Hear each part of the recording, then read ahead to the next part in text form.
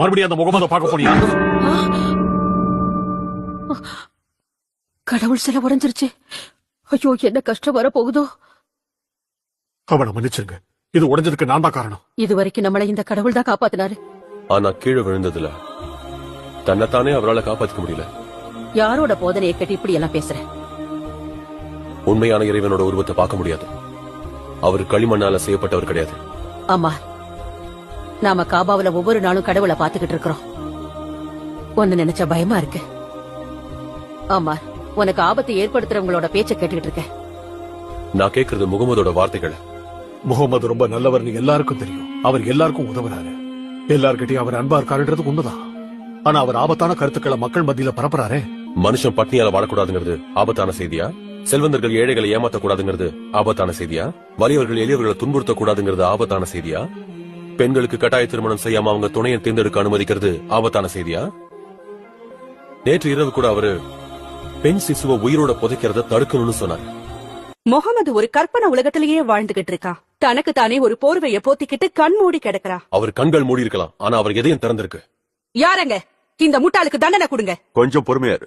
நாம கடவுள் சிலைகளை வச்சுதான் சம்பாதிக்கிறோங்கிறது அந்த முகமதுக்கு தெரியுமா தெரியாதா? காபாவுக்கு நாம தான் சொந்தக்காரங்க. ஒவ்வொரு வருஷமும் பிரார்த்தனை பண்றதுக்காக இங்க வர அரேபியா நாட்டை சேர்ந்த எல்லா குலத்தவர்களும் நம்ம கிட்ட வியாபாரம் பண்றாங்க. இங்க இருக்கிற 300 கடவுள்களை எடுத்துட்டு அந்த இடத்துல ஒரே ஒரு கடவுள் வைக்கணும்னு அவர் சொல்றாரு. அவர் சொல்ற இறைவனுக்கு உருவமும் கிடையாது, அவரை பார்க்கவும் முடியாது, அவருக்கு எந்த சடங்குகளும் செய்யவும் முடியாது. அவர் சொல்றதை ஏத்துக்கிட்டா நாம ஒண்ணுமே இல்லாம போயிடும். அப்புறம் மக்கா காணாம போயிடும்.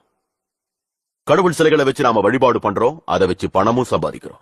இறைவனை விற்கவோ வாங்கவோ முடியாது. போதும், நிறுத்து. இன்னும் ஒரு வார்த்தை பேசினா உனக்கு சவுக்கடி நிச்சயம். அமார், கொஞ்சம் புத்திசாலித்தனமா நடந்துக்க, இல்ல உனக்கு தான் ஆபத்து. முதலாளியும் அடிமையும் ஒண்ணுன்னு உங்க முகமது சொல்லிக் கொடுக்கிறாரு இல்லையா? அப்படின்னா இந்த பிலால் காசு கொடுத்து வாங்கின எனக்கு சமமானவனா? ஆமா, இறைவனுக்கு முன்னால எல்லா மனிதர்களும் பல்வரிசையை போல சமமானவங்கன்னு முகமது சொல்லிருக்காரு.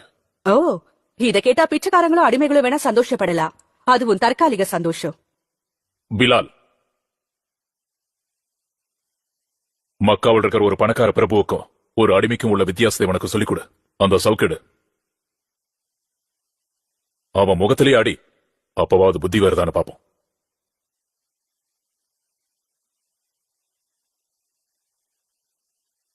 அடி அவன. உன்னதான் அடி. அவன் அடி.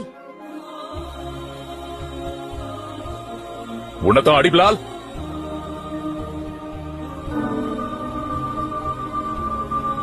அவங்க சொன்னதை செய், இல்லனா உன்னை கொன்னுடுவாங்க.